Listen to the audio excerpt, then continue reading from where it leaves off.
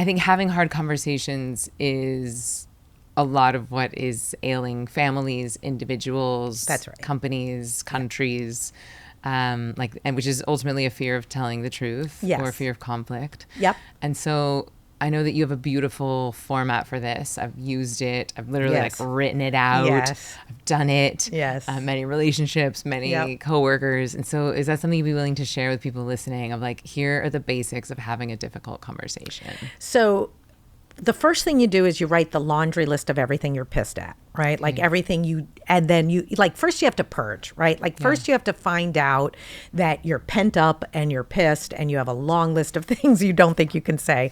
And then you say them, right? To yourself or to someone who will, you just purge it all out. And then once you get it, you go, well, what am I really upset about? Oh, these are the 4 things that are really upsetting me. And then what do you think the outcome would be if they knew that? What are your real fears? Right? You have a fear that if you tell the truth, they will fill in the blank. They won't talk to me anymore. They won't love me the same. They'll yell at me. They'll break up with me. Right? And, I can't save you from that it could happen, right? I can't save you from the truth.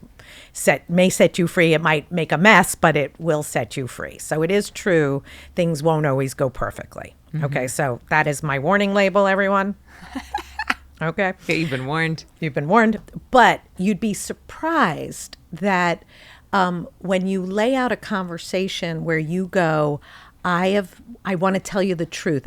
Because I love you, because I want this relationship to be deeper, because there's things in this relationship where I don't feel safe to tell you things, and I want to be able to tell you my list so that we can be closer. What's the outcome?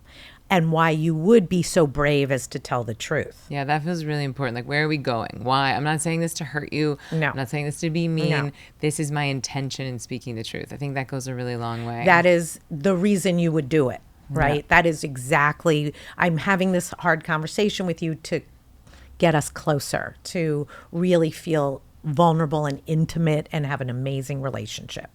Because I'm hiding these things and I don't feel as close as I could. And so you're also telling your secrets or you're sharing these things and you're not blaming them. These are not their fault, everyone, right? It's really important that you go, these are my issues that I've been hiding.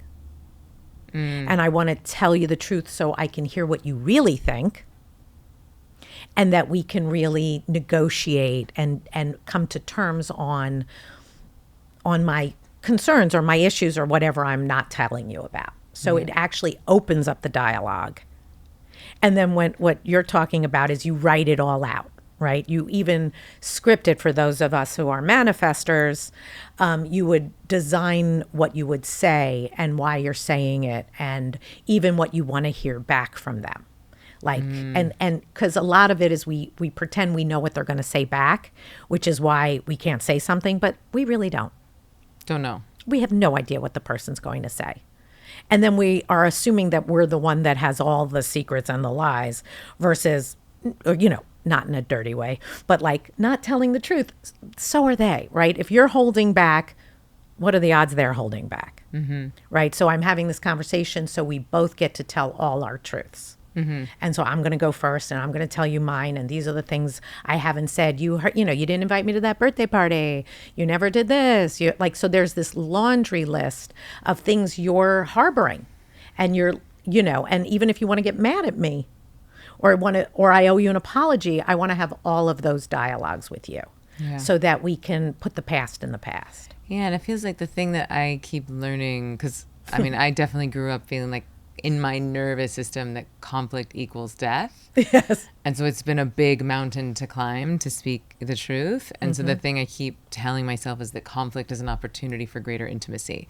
Conflict is an opportunity for greater intimacy if it's handled well. And something that I've learned from you is this idea of saying back what you heard, in the classic A-B conversation. Okay, I heard you say this. Yes. Did I get that right? Yes. Is there anything else? right? Like, Yes. so that when you're doing this, you're like, one, you get permission, right? Yes. You like ask for consent. Yes. I'm a very good student. You are a right? very good student. I was more like, how do they even write it? Right. Which I think they're two separate things. What it Right. feels like what you gave was like the preparation, right? Yes, Like what you're writing, all your conversations, Yeah. how you get the lies out. How do I even know what I need to say? What do I think they're going to say? How do I want it to go? Why Yeah. am I doing this? That's like all the right. prep. And then we want to get consent, and then we want to have it, and then it's like, and then give them the opportunity to say back, or give them the opportunity to share. And Yep. when they do, say back what you heard. That's right. I heard you say this. I Yes. see that you feel this. Yes.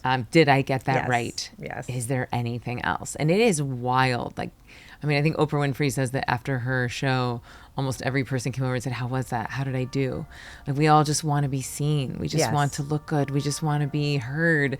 So if you can say back to someone what you heard, the value in that is so powerful.